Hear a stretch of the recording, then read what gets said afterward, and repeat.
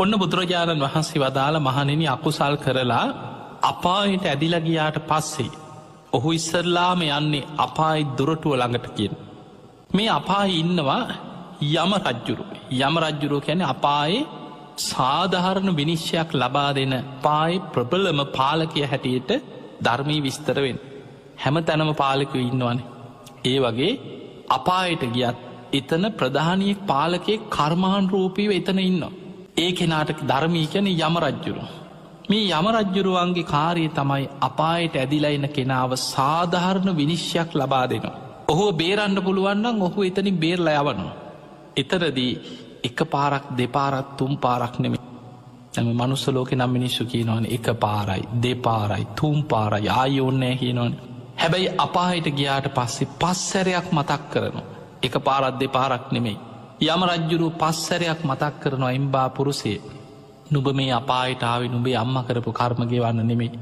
නුබේ තාත්ත කරපු අකුසල් ගෙවන්නාවන් නෙමෙයි. නුබේ නෑදෑයෙක් ඥාතියෙක් හිතවතෙක් කරපු කර්මගෙවන්නාවන් නෙවෙයි.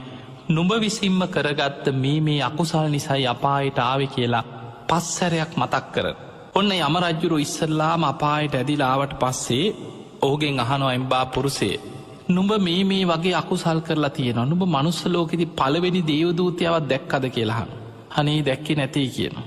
එතකොට යම රජ්ජුරු මතක් කරලා දෙනවා පළවෙනි දේවදූතියා කියලා එතන විස්තර කරන්නේ. එම්බා පුරුසේ නුඹ දැකලා නැද්ද?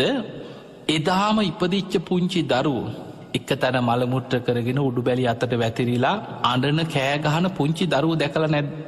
ඒ අයිනම් දැක්ක කියන ඕන තර. එතකොට යම රජ්ජුරු වහනවා එතකොටවත් නුබට හිතුන් නැද්ද. මමත් ඉපදෙන කෙනෙක් මමත් ඉපදීපදී යන කෙනෙක්. ඒ නිසාවත් මේ වගේ පව්කං කරන්න හොඳ නෑ කියලා හිතුන් නැද්ද. හනේ මට තේරුම් ගන්න බැරි වුනා කිය. යම රජ්ජුරුව එතකොට තමන්කරපු අකුසල් ටික පළවෙනි පාරට මතක් කරලා දෙනවා. තමන්ටම සිහි කරලා යම රජ්ජුරු වහනවා එම්බා පුරුසය නුඹ මේ අපායට ඇදිලාවේ. නුබේ අම්ම කරපු කර්මගෙවන්න නෙමෙයි. නුබේ තාත්ත කරපු අකුසල්ගෙවන්නාවත් නෙමෙයි.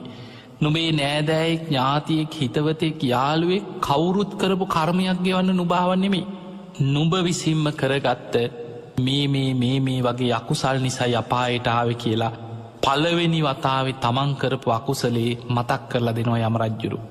ඊළඟට යම රජ්ජුරු අහනවා එම්බා පුරුසය නුඹ මේ වගේ අකුසල් කරගනිද්දී දෙවනි දේවදූතයවත් දැක්කේ නැද්ද මනුස්ස ලෝකෙද.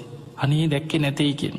එතකොට යම රජ්ජුරු අහනවා නුඹ දැකල නැද්ද වයසට ගිය මිනිස්සු අවුරුදු 80 වෙලා බොහෝම දුරුවල වෙලා එක් තැන් වෙලා එක තැන මළමුට්ට කරගෙන කෙස්ටික පැහිලා හම රැඩි වැටලා කුදු ගැහිලා බොහෝම වයෝවෘද්ධව දුක්විදින මිනිස්සුනුම දැකල නැද්ද.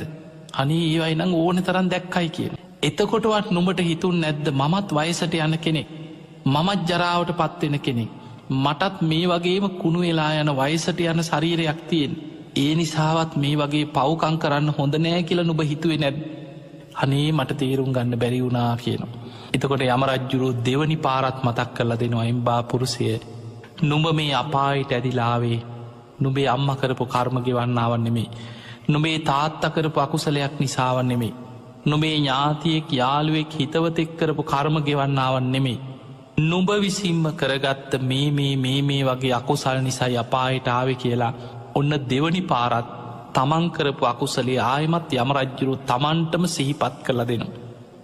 එහෙම කියලා ආය අහනෝ එම්බා පුරුසේ නුඹ තුන්වෙනි දේවදූතයාවත් දැක්කේ නැද්ද මනුස්ස ලෝකෙදී. අනේ දැක්කේ නැතේ කිය. එතකොට අහනවා නුඹ දැකල නැද්ද මනුස්ස ලෝකේ ලෙඩ වෙච්ච මිනිස්සු. සමහරු ඉන්න ඇස් ලෙඩ හැදිලා ඇස් කුණු වෙලා කන්ලෙඩ හැදෙනවා මූුණ පිළිකා හැදෙනවා අතපයකුණු වෙනවා එක තැන මළමුට්ට කරගෙන දුක්විදින මැරෙන්න්න පනාදින නොඒක් ලෙඩ රෝග හැදිලා දුක්විදින මිනිස්සු දැක්කෙ නැද්දහනු. ඒ අයනං ඕන තරන් දැක්කයි කියන.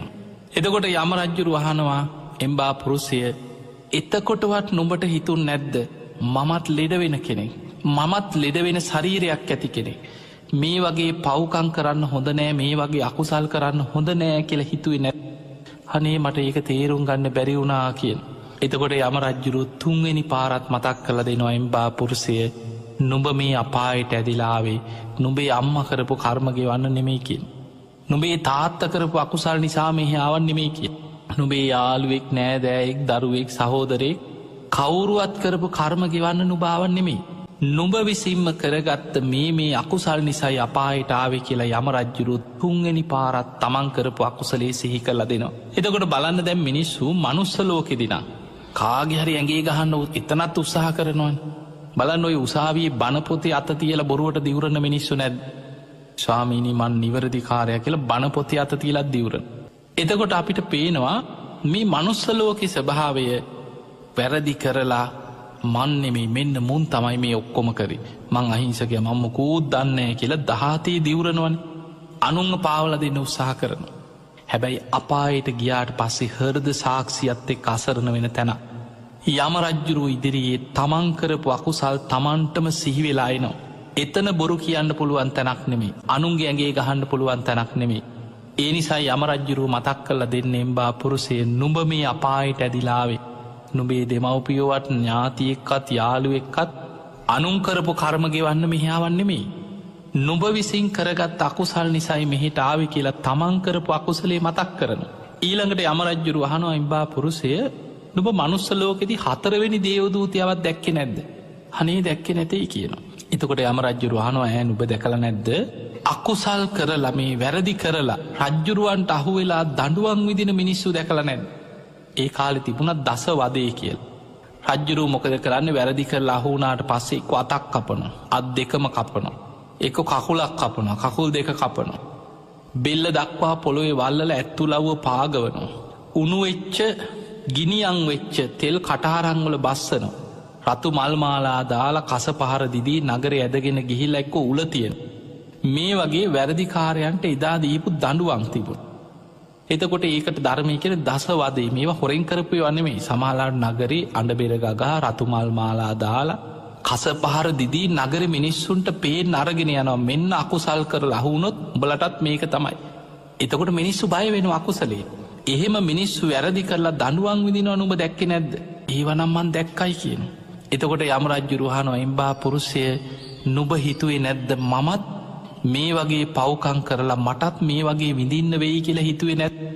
අනේ මට තේරුම් ගන්න බැරි වුණා කියලා.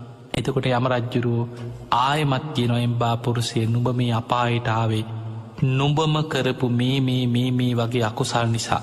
නුඹේ අම්මා කරපු අකුසලයක් ගෙවන්න ආව නෙමෙයි. නුඹේ තාත්තා කරපු ඥාතියෙක් කරපු යාළුවෙක් කරපු කර්ම ගෙවන්න ආව නෙමෙයි. නුඹ විසින් කරගත්ත මේ අකුසල් නිසා අපායට ආවේ කියලා හතරවෙනි පාරක් සිහි කරලා දෙනවා. ඊළඟට අහනවා එම්බා පුරුෂය නුඹ පස්වෙනි දේවදූතයවත් දැක්කේ නැත්? දැක්කේ නැtei කියනවා.